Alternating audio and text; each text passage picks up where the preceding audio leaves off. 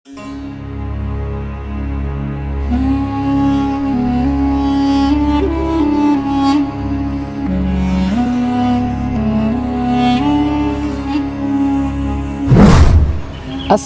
warahmatullahi wabarakatuh. Nah teman-teman, ketemu lagi di channel Coach Budi. Nah hari ini saya sedang berada di salah satu komplek pemakaman yang ada di daerah Troloyo, Kecamatan Trowulan di Jawa Timur.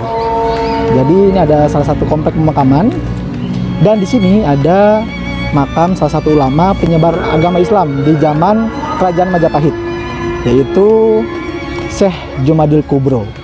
Ya, kita lihat makam seperti apa sambil kita ulas ya sejarahnya dari beliau. Yuk.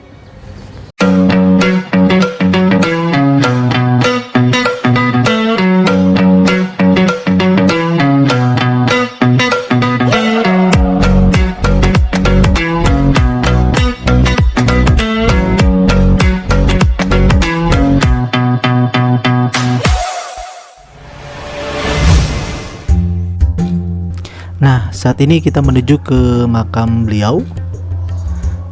Jadi beliau memiliki nama lengkap yaitu Syekh Jamaluddin Al-Husain Al-Akbar alias Said Husain Jumadil Kubro. Beliau dipercaya sebagai nenek moyang dari Wali Songo. Beliau adalah cucu ke-18 Rasulullah Muhammad SAW dari garis Sayyidah Fatimah Az-Zahra.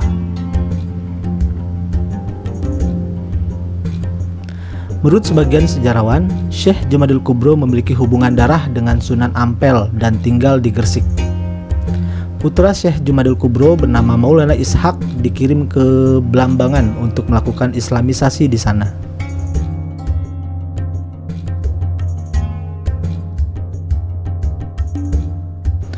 Maulana Ishak adalah ayah dari Sunan Giri, jadi Syekh Jumadil Kubro adalah kakek dari Sunan Giri. Konon beliau ini datang ke Majapahit untuk menyebarkan agama Islam, di mana kala itu beliau dibantu Tumenggung Satim yang lebih dulu masuk Islam sekitar abad ke-14 Masehi. Pada saat itu wilayah Majapahit sangat kuat dengan ajaran agama Hindunya, di samping keyakinan masyarakat pada arwah leluhur dan benda-benda suci.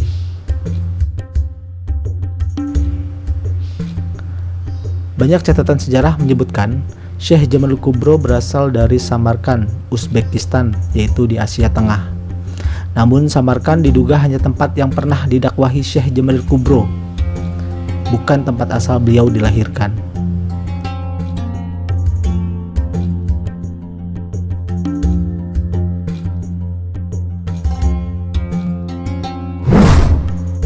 Menurut Brunsen, beliau berasal dari daerah Hadramaut di Yaman. Perjalanan dakwah Syekh Jumadil Kubro berakhir di Trowulan, Mojokerto. Beliau wafat tahun 1376 Masehi atau tanggal 15 Muharram 797 Hijriah. Diperkirakan hidup di antara dua raja Majapahit, yaitu pada awal Raja Tribhuwana Wijaya Tunggadewi dan pertengahan Prabu Hayam Wuruk. Bermula dari usul yang diajukan Syekh Jumadil Kubro kepada penguasa Islam di Turki, yaitu Sultan Muhammad I, untuk menyebarkan agama Islam di wilayah kerajaan Majapahit. Karena pengaruh beliau dalam memberikan pencerahan berkehidupan yang berperadaban, Syekh Jumadil Kubro dikenal dekat dengan pejabat kerajaan Majapahit. Cara dakwah yang pelan tapi pasti menjadikan beliau amat disegani. Tak heran bila pemakaman beliau berada di antara beberapa pejabat kerajaan, diantaranya adalah makam Tumenggung Satim Singgomoyo, Kencono Wungu, Anjosmoro, Sunana Ngudung, yaitu ayah Sunan Kudus, dan beberapa patih dan senopati yang dimakamkan bersamanya.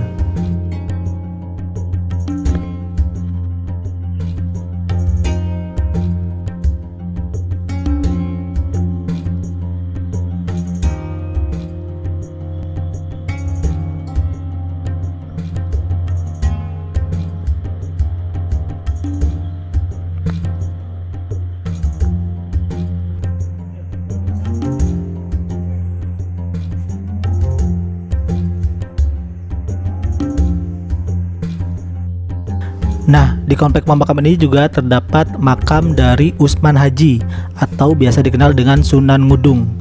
Beliau adalah ayah dari Sunan Kudus. Jadi bagi teman-teman yang kesini, jangan lupa sempatkan untuk ke makam beliau. Lokasinya berada di sebelah masjid yang ada di belakang makam dari Syekh Jumadil Kubro.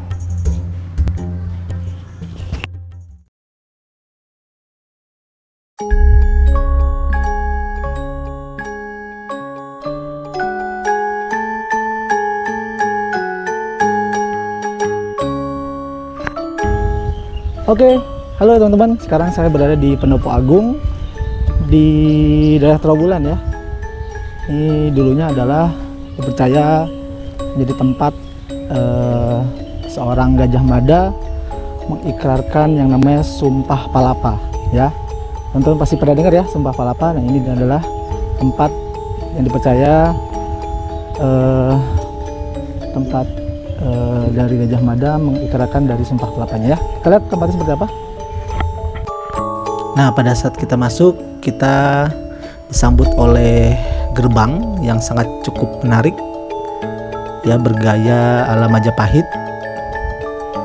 Nah, itu bisa kita lihat ya, bangunan berarsitektur bangunan Pendopo Agung yang berbentuk joglo, yang tiang utamanya beralaskan umpak batu peninggalan zaman Majapahit. Nah, di sebelah sini kita bisa lihat ada patung dari Mahapatih Gajah Mada.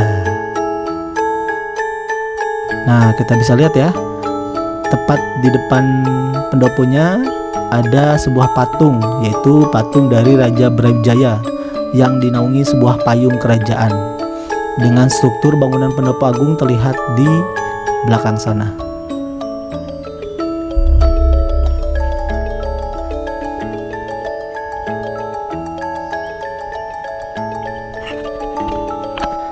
Lingkungan di sini sangat teduh dan sangat nyaman, teman-teman. Bisa dijadikan sebagai tempat untuk istirahat atau tempat untuk rekreasi dengan bernuansa pendidikan, yaitu sejarah zaman Majapahit. Banyak sekali pohon-pohon rimbun. Oke, kita coba jalan lagi, masuk ke belakang. Nah, di sini ada sebuah prasasti di mana tertulis nama-nama raja di zaman Majapahit, dari mulai raja pertama yaitu Raden Wijaya sampai ke raja ketujuh yaitu Ratu Batara. Nah, di sini juga terdapat deretan relief yang dibuat di sepanjang dinding belakang yang menceritakan secara ringkas sejarah kerajaan Majapahit. Itu sebuah kerajaan terbesar di Nusantara yang pernah jaya dengan armada laut yang sangat kuat. Nah, Gajah Mada sendiri merupakan mahapatih kerajaan Majapahit yang terkenal akan Sumpah Palapanya. Sumpah ini diucapkan Gajah Mada ketika diangkat menjadi Patih Amangkubumi pada tahun 1258 Saka, sekitar tahun 1336 Masehi. Nah, ini adalah teks Sumpah Palapa dari Gajah Mada.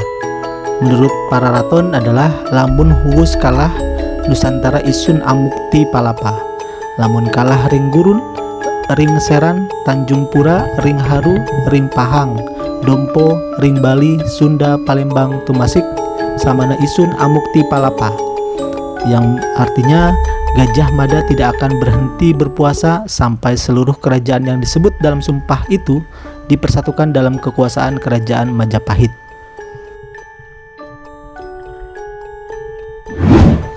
Nah, ini sekarang kita coba ke tempat di mana terdapat sebuah tonggak. Nah, di mana tonggak ini dipercaya yaitu sebagai tempat mengikat gajah dan kuda dari kendaraan Gajah Mada.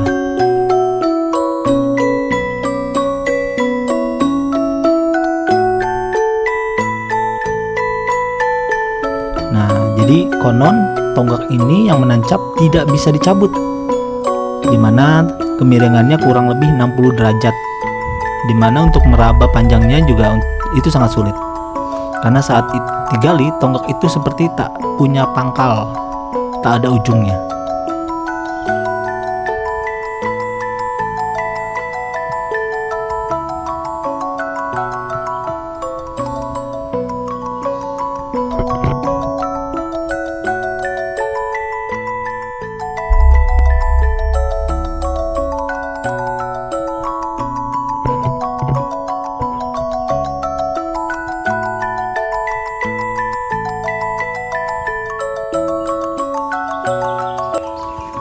Nah, di sini juga terdapat benda cagar budaya, yaitu berupa umpak berjumlah 4 buah.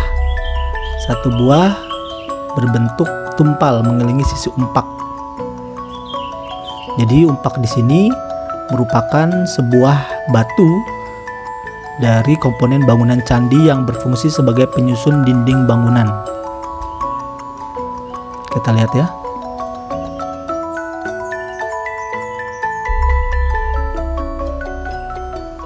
Nah, di sini kita lihat ya. Ada juga umpak kecil, di mana di situ berfungsi sebagai penghalus ramuan obat. Nah, di sini juga ada sebuah monumen yang bertuliskan komitmen para tokoh bangsa untuk tetap menjaga keutuhan negara. Di mana monumen ini juga terlihat ditandatangani pada 21 Februari 2008 oleh tokoh-tokoh terkenal seperti Menteri Kebudayaan dan Pariwisata, Gubernur Jawa Timur, dan beberapa pejabat teras lainnya yang berkuasa pada tahun 2008.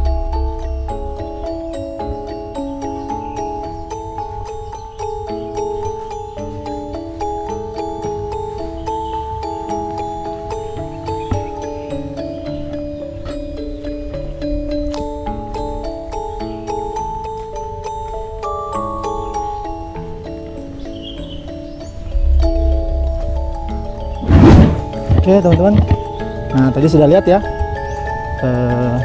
sejarah dari sedikit bagian dari kerajaan Majapahit, yaitu Gajah Mada. Oke, sekarang kita menuju ke tempat lain ya, yang lebih menarik lagi di Trowulan. Bye bye.